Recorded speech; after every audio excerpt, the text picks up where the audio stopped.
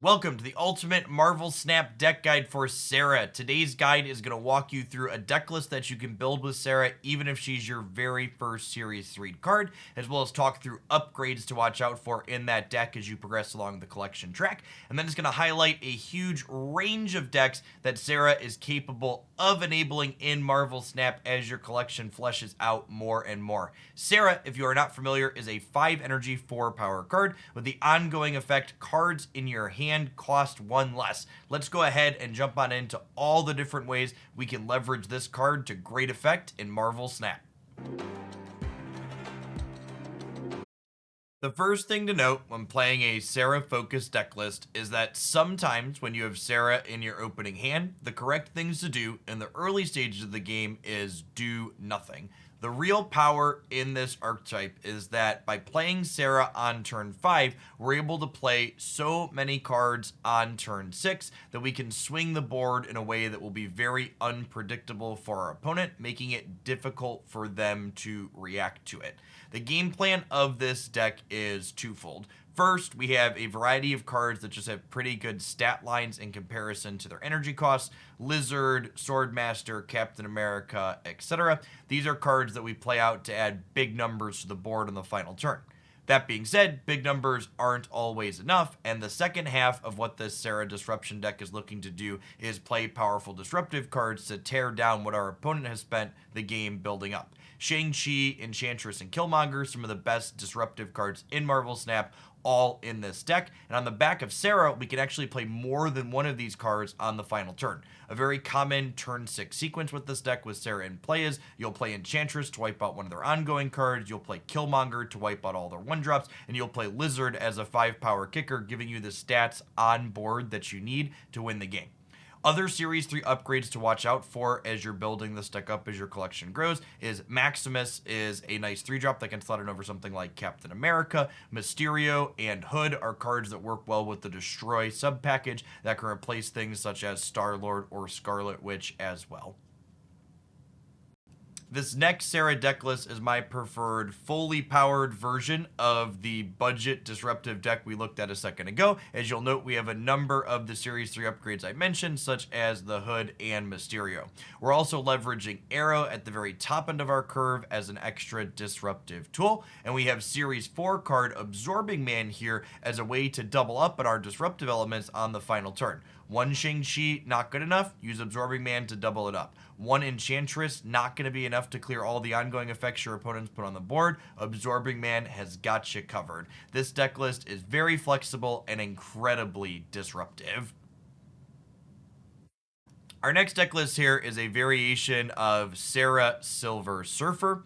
Silver Surfer gives all of our 3 energy cards plus 3 attack with its on reveal, and most notably, Silver Surfer cares about the energy cost of those cards when they were added to your deck, not when they were played to the board. This means a turn 5 Sera can enable us to play 3 energy cards for 2 energy each, and Silver Surfer is going to happily power all of them up.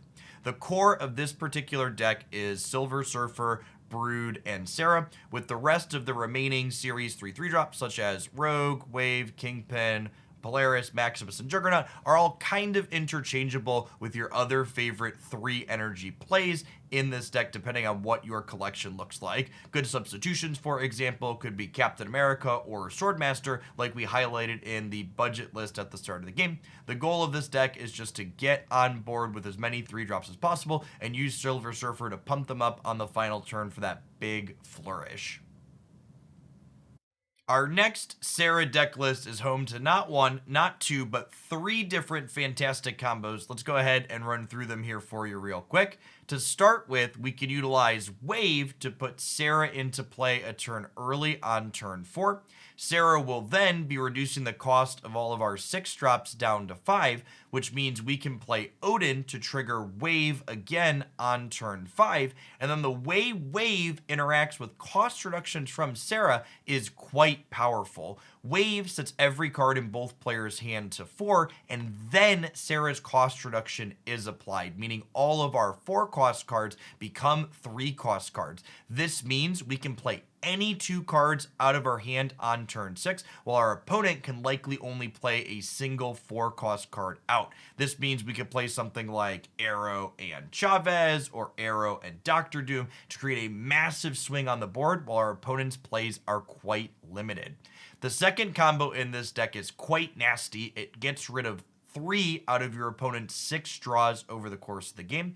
Black Widow gives their opponent a Widow's Bite, which turns off one of their draws for a turn. Then we play Wave into the same path as Widow, making all cards in both players' hands cost 4. And finally, we slam Odin down into that path with Widow and Wave, re-triggering Widow, giving them another bite to stop a draw, and then waving them, turning that bite into a 4 energy card that they won't be able to play out the following turn, along with another card. The final combo in this deck is another Wave combo. If we play Wave on turn 5 with no other cards played out, she sets all cards in our hand to 4, and then She-Hulk's cost reduction kicks in, meaning she will only cost 2. So on the final turn of the game, we can play She-Hulk plus literally any other card into our deck thanks to Wave.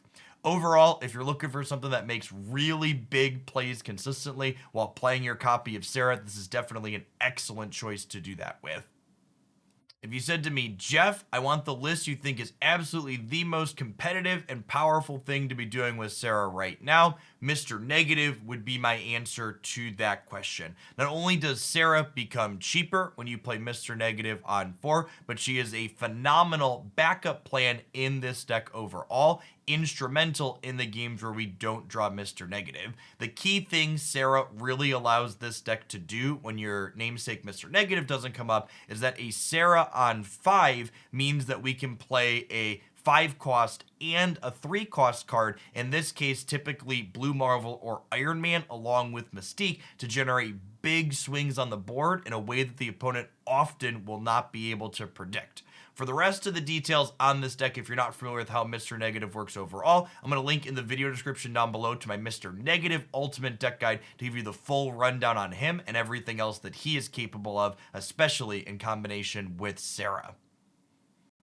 Finally, I like to include deck lists in these ultimate deck guides that are just wacky and fun whenever possible, and Agatha Harkness is exactly that. If you're not familiar, Agatha is the 6 energy, 14 power card that starts as an additional 4th card in your opening hand, but she takes over the game and plays your cards for you at complete random. The rest of this deck is constructed in a very precise way to mitigate this downside as much as possible.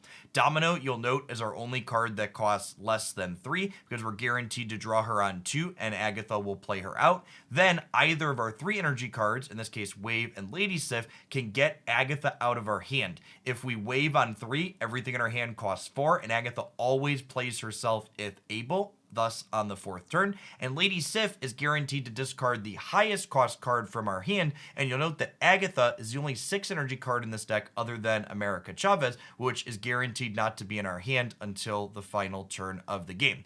Now, because this deck building restriction requires all the rest of the cards in our deck to cost 4 or 5 energy, there is some clunkiness here, which enter Sera, our deck guide card for today. When we play Sera out on the 5th turn of the game, she enables us to play 2 4 energy plays on the final turn. Generally speaking, a combination of Shang-Chi, Enchantress, Absorbing Man, or Drax, depending on if we need to be disruptive or put stats into play.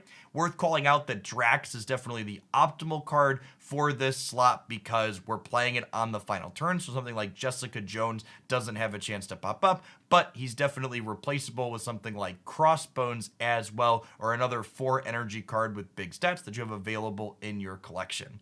At any rate, I hope you have fun with this one, and be sure to check the video description down below to see this wacky deck in action if you haven't before.